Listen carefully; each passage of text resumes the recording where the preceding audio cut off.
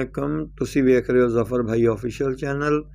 मैं अज दे जनाब एक अफसोसनाक किस्से नाल हाज़िर खिदमत, क्योंकि इंटरटेनमेंट या कहानी वगैरह वो एक अलहदा मामला, लेकिन यह वाक़या जनाब जरा ना ये समझ लवो कि बहुत ही सबक आमोज़ आ।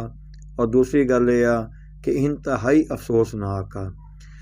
आखिर की जरूरत पेश आई सी कि इमाम मस्जिद ने मस्जिद के अंदर बेसमेंट के अंदर जिथे बच्चों को कुरान पढ़ाया जाता सी उस जगह के उत्ते डांस करन दी और डांस करवाउण दी एडी किहड़ी खुशी चढ़ आई सी।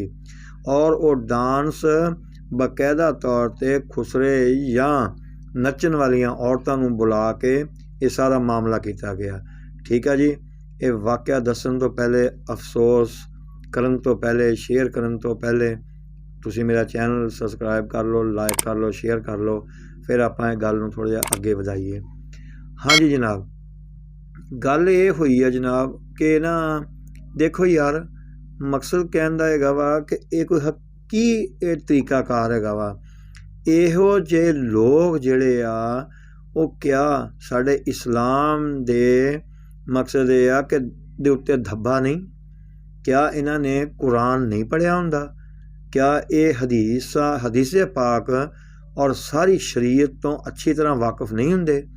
इन्हां दे बयान जदों सुनो तो ये कहते हैं जी ए ना करो, ओ ना करो, ए मना, ओ मना, इस तरह नमाज नहीं पढ़ी जा सकती, कपड़े पुराने होण, ए होण, नवे होण, ते नचना गाना और एज ए जिहड़ा ये जिन्हों कहते हैं कि मीडिया बेस दे उत्ते जिहड़ा शोबिज़ मीडिया वा उहदे कोलों ते नफरत करदे आ, बल्कि इत्थे तक कह दिंदे आ कि ओए गाना बजाना ला हौला वला कुव्वता, वो किहदे वास्ते, क्यों ये गल कम करदे हो? हालांकि मैं ये उन्हां मौलवियां दी गल कर रहा, ये उस लोगां दी गल कर रहा जिहड़ियां कालियां भेड़ां जिन्हां ने सारा दीन ते पढ़िया पर अमल कुछ नहीं किया, क्योंकि अंदरों उस उही करप्ट लोग आ, उही उनका तरीकाकार आ जिहड़ा वो जिस माहौल दे नाल वो अटैचमेंट सी ना उन्हां दी,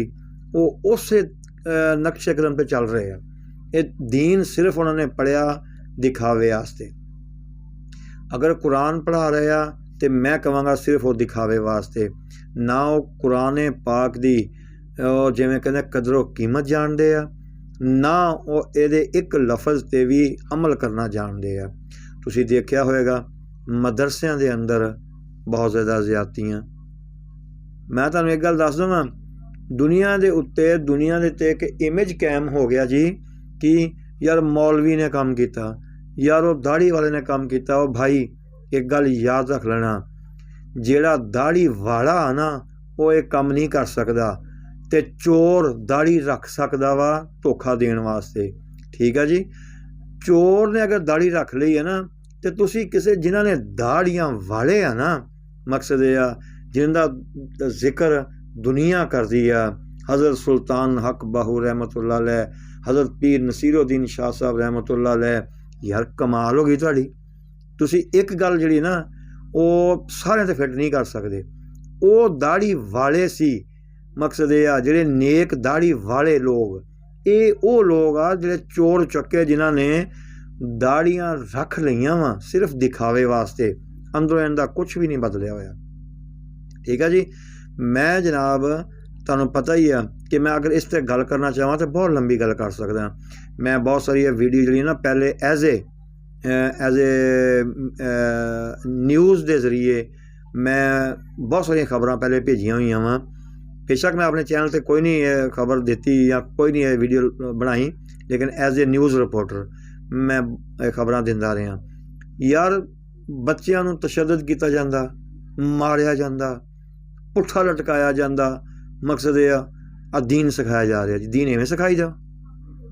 ओए अल्लाह दे बंदे हो, तुहानूं बंदा किहड़ी गल करे हो यार। बस मैं ना तुहानूं कुछ कह नहीं सकता। हुण मैं अज दी गल जिहड़ी ना ज़्यादातर मैं उस बंदे ते करनी है बई वो काड़े दा रहण वाला। ठीक है जी, उस मौलवी जिहड़ा सी, उस मौलवी दा तुसीं ਮਕਸਦ ਇਹ ਆ ਕਿ ਯਾਰ ਅੰਦਾਜ਼ਾ ਕਰੋ, ਮੈਂ ਵੀਡੀਓ 'ਚ ਤੁਹਾਨੂੰ ਸ਼ਕਲਾਂ ਵੀ ਦਿਖਾਈਆਂ ਹੋਣਗੀਆਂ, ਵੀਡੀਓ 'ਚ ਇਸ ਵੇਲੇ ਜੋ ਤਸਵੀਰਾਂ ਵਗੈਰਾ ਦਿੱਤੀਆਂ, ਤੁਸੀਂ ਚੈੱਕ ਕਰੋ ਯਾਰ ਕੀ ਹੋਇਆ ਜੀ। ਮੇਰੀ ਬੇਟੀ ਦੀ ਸ਼ਾਦੀ ਸੀ ਜੀ, ਉਹਦੀ ਬੇਟੀ ਦੀ ਸ਼ਾਦੀ ਸੀ। ਉਸ ਬੇਟੀ ਦੀ ਸ਼ਾਦੀ ਵਾਸਤੇ ਉਹ ਐਡਾ ਬਾਵਲਾ ਹੋ ਗਿਆ, ਉਹ ਐਡਾ ਫਜ਼ੂਲ, ਉਹਦਾ ਦਿਮਾਗ ਉਹ ਬੇਗੈਰਤਾਨਾ ਹੋ ਗਿਆ ਕਿ ਦੇਖੋ, ਔਰ ਤੈਨੂੰ ਜੇ ਤੂੰ ਇਹੀ ਕੰਮ ਕਰਨਾ ਤਾਂ ਜਾ ਕਿਸੇ ਹੋਰ ਜਗ੍ਹਾ ਚਲਾ ਜਾ, ਤੇਰੇ ਅੰਦਰ ਚੀਜ਼ ਤੇ ਉਹ ਹੈ ਨਹੀਂ। ਮਕਸਦ ਹੈ ਤੇ ਤੂੰ ਬੇਟੀ ਦੀ ਸ਼ਾਦੀ ਵਾਸਤੇ ਔਰਤਾਂ ਨਚਾਉਣ ਲਿਆ, ਉਹ ਵੀ ਮਸਜਿਦ ਦੇ ਅੰਦਰ, ਉਸ ਸਹਿਨ ਜਾਂ ਥੱਲੇ ਜਾਂ ਉੱਤੇ ਏਰੀਏ 'ਤੇ ਮਸਜਿਦ ਆ ਨਾ। ਉਹ ਤੂੰ ਇਹ ਵੀ ਨਹੀਂ ਸੋਚਿਆ ਕਿ ਕੋਈ ਉਹ ਆਮ ਜਗ੍ਹਾ ਨਹੀਂ ਹੈਗੀ, ਉਹ ਬੜੀ ਖ਼ਾਸ ਜਗ੍ਹਾ ਹੈਗੀ ਆ, ਇਬਾਦਤ ਗਾਹ ਵਾ ਸਾਡੀ ਮੁਸਲਮਾਨਾਂ ਦੀ, ਤੂੰ ਉੱਥੇ ਡਾਂਸ ਕਰਵਾਉਣ ਡਿਆ, ਤੈਨੂੰ ਇੰਨੀ ਖੁਸ਼ੀ ਚੜ੍ਹ ਗਈ। ਉਹ ਯਾਰ ਤੈਨੂੰ ਸ਼ਰਮ ਆਉਣੀ ਚਾਹੀਦੀ ਹੈ। ਦੇਖੋ ਜੀ, ਸੁਣਿਆ ਪਰਚਾ ਹੋਇਆ, ਉੱਤੇ ਅਰੈਸਟ ਹੋਇਆ, ਗ੍ਰਿਫਤਾਰੀਆਂ ਹੋਈਆਂ, ਪਰ ਇਹਦਾ ਹੱਲ ਇਹ ਤਾਂ ਨਹੀਂ ਹੈਗਾ ਕਿ ਪਰਚਾ ਹੋ ਗਿਆ, ਗ੍ਰਿਫਤਾਰੀ ਹੋ ਗਈ, ਹੱਲ ਹੋ ਗਿਆ, ਇਹ ਜੀ ਬਸ ਫਾਈਨਲ ਹੋ ਗਿਆ। ਯਾਰ ਸਾਡੇ ਜ਼ਿਹਨ 'ਚੋਂ ਤਾਂ ਗੱਲ ਜਾ ਹੀ ਨਹੀਂ ਸਕਦੀ। ਮਕਸਦ ਇਹ ਆ, ਦੁਨੀਆ ਸਾਡਾ ਕੀ ਇਮੇਜ ਰਿਹਾ, ਦੁਨੀਆ ਵਾਲੇ ਸਾਨੂੰ ਨਾ ਜਿਵੇਂ ਕਹਿੰਦੇ ਇਹੀ ਸਮਝ ਲੈਣ ਕਿ ਵਾਏ ਬਸ ਯਾਰ ਸਭ ਫਾਰਗ ਲੋਕ ਆ। ਯਾਰ ਤੁਸੀਂ ਲੋਕਾਂ ਨੇ ਨਾ ਅਮਾਨ ਨਾਲ ਸਾਡੇ ਦੀਨ ਨਾਲ ਜਿਹੜਾ ਮਜ਼ਾਕ ਕਰ ਰਹੇ ਹੋ, ਅੱਲਾ ਕਰੇ ਕੋਈ ਉਤਲੀ ਜਿਹੜੀ ਹੈ ਨਾ ਸਾਡੀ ਗੌਰਮੈਂਟ, ਉਹ ਇਹ ਲੋਕਾਂ ਨੂੰ ਸਮਝੇ, ਇਹਨਾਂ ਲੋਕਾਂ ਨੂੰ ਦੇਖੇ ਔਰ ਐਸੀਆਂ ਸਜ਼ਾਵਾਂ ਦੇਵੇ ਨਾ ਕਿ ਇਬਰਤ ਦਾ ਨਿਸ਼ਾਨ ਬਣ ਜਾਣੇ ਲੋਕ। ਕਿਉਂ? ਇਹ ਸਿਰਫ ਆਪਣੇ ਆਪ ਨਾਲ ਨਹੀਂ, ਆਪਣੇ ਪਿੰਡ ਵਾਲਿਆਂ ਨਾਲ ਨਹੀਂ, ਆਪਣੇ ਲੋਕਾਂ ਨਾਲ ਮਜ਼ਾਕ ਨਹੀਂ, ਇਹ ਤਾਂ ਅੱਲਾਹ ਪਾਕ ਦੇ ਨਾਲ ਵੀ ਹੁਣ ਯਾਰ ਚੱਕਰਬਾਜ਼ੀਆਂ ਸ਼ੁਰੂ ਕੀਤੀਆਂ ਉਹਨਾਂ ਨੇ। ਲਓ ਜੀ, ਡਾਂਸ ਕਰਵਾਇਆ ਉਹਨੇ, ਖੁਸ਼ੀ 'ਚ ਪੈਸੇ ਤੱਕ ਸੁੱਟਣ ਲਿਆ ਉੱਤੋਂ, ਅਤੇ ਪਿੰਡ ਵਾਲੇ ਵੀ ਯਾਰ ਦੇਖੋ ਖੁਦਾ ਅੱਲਾ ਨੂੰ ਪੁੱਛੇ ਅਮਾਨਾ, ਫਿਰ ਕਹਿੰਦੇ ਆ ਜ਼ਲਜ਼ਲੇ ਕਿਉਂ ਆਉਂਦੇ ਆ ਅਤੇ ਤਬਾਹੀਆਂ ਕਿਉਂ ਹੁੰਦੀਆਂ ਵਾ। ਉਹ ਪਿੰਡ ਵਾਲੇ ਉੱਤੋਂ ਪੈਸੇ ਸੁੱਟਣ ਡਏ ਆ, ਬੁਰਾ ਹਾਲ ਆ ਉਹਨਾਂ ਦਾ। ਉਹਨਾਂ ਨੇ ਜਿਵੇਂ ਪਤਾ ਨਹੀਂ ਕਹਿੰਦੇ ਜ਼ਿੰਦਗੀ 'ਚ ਪਹਿਲੀ ਦਫਾ ਡਾਂਸ ਦੇਖਿਆ, ਪਹਿਲੀ ਦਫਾ ਖੁਸਰੇ ਕੰਜਰ ਦੇਖ ਲਏ ਯਾਰ, ਨੱਚਣ ਲਗਾਉਣ ਵਾਲੀਆਂ ਔਰਤਾਂ ਜਿਹੜੀਆਂ, ਯਾਰ ਲਾਨਤ ਆ ਮਾਨਾ, ਮੈਂ ਇਹੀ ਕਹਿ ਸਕਦਾ, ਲਾਨਤ ਆ ਇਹਨਾਂ ਦੇਖਣ ਵਾਲਿਆਂ 'ਤੇ ਔਰ ਕਰਾਉਣ ਵਾਲਿਆਂ 'ਤੇ। ਔਰ ਮੇਰੀ ਜਨਾਬ ਨਾ ਐਜ਼ ਏ ਮੁਸਲਮਾਨ ਹੋਣ ਦੇ ਨਾਤੇ ਮੇਰੀ ਆਲਾ ਹੁਕਾਮ ਦੇ ਅੱਗੇ ਅਪੀਲ ਆ ਕਿ ਇਹੋ ਜਿਹੇ ਲੋਕਾਂ ਦੇ ਨਾਲ ਬਿਲਕੁਲ ਰਹਿਤ ਨਾ ਵਰਤੀ ਜਾਏ। ਕਿਉਂ? ਕਿਉਂਕਿ ਇਹ ਸਾਡੇ ਅੱਗੇ ਤਾਂ ਲੋਕਾਂ ਨਾਲ ਮਜ਼ਾਕ ਕਰਦੇ ਸੀ, ਹੁਣ ਸਾਡੇ ਦੀਨ ਨਾਲ ਮਜ਼ਾਕ ਕਰ ਰਹੇ ਆ। ਜਨਾਬ ਮੇਰੇ ਜਜ਼ਬਾਤ ਸੀ, ਪਰ ਮੈਂ ਹਾਲੇ ਕੰਟਰੋਲ ਹੋ ਕੇ ਸਾਰੀ ਇਹ ਗੱਲ ਕੀਤੀ ਆ, ਠੀਕ ਆ ਜੀ। ਅਤੇ ਮੈਂ ਗੱਲ ਕਰਨਾ ਚਾਹੁੰਦਾ ਤਾਂ ਬਹੁਤ ਕਰ ਸਕਦਾ ਸੀ, ਲੇਕਿਨ ਅਸੀਂ ਆਪਣਾ ਯੂਟਿਊਬਰ ਹੋਣ ਦੇ ਨਾਤੇ ਆਪਣਾ ਹੱਕ ਅਦਾ ਕਰਨਾ ਉਸ ਗੱਲ ਦਾ ਕਿ ਅਸੀਂ ਵੀ ਇਹਦੇ ਵਿੱਚ ਸ਼ਾਮਲ ਹੋਏ ਹਾਂ ਕਿ ਸਾਨੂੰ ਇਹ ਬੁਰਾ ਲੱਗਾ, ਠੀਕ ਆ ਜੀ।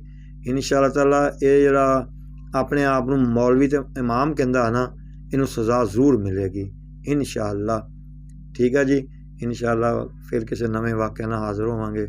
ਉਨੀ ਦੇਰ ਤੱਕ अस्सलाम वालेकुम।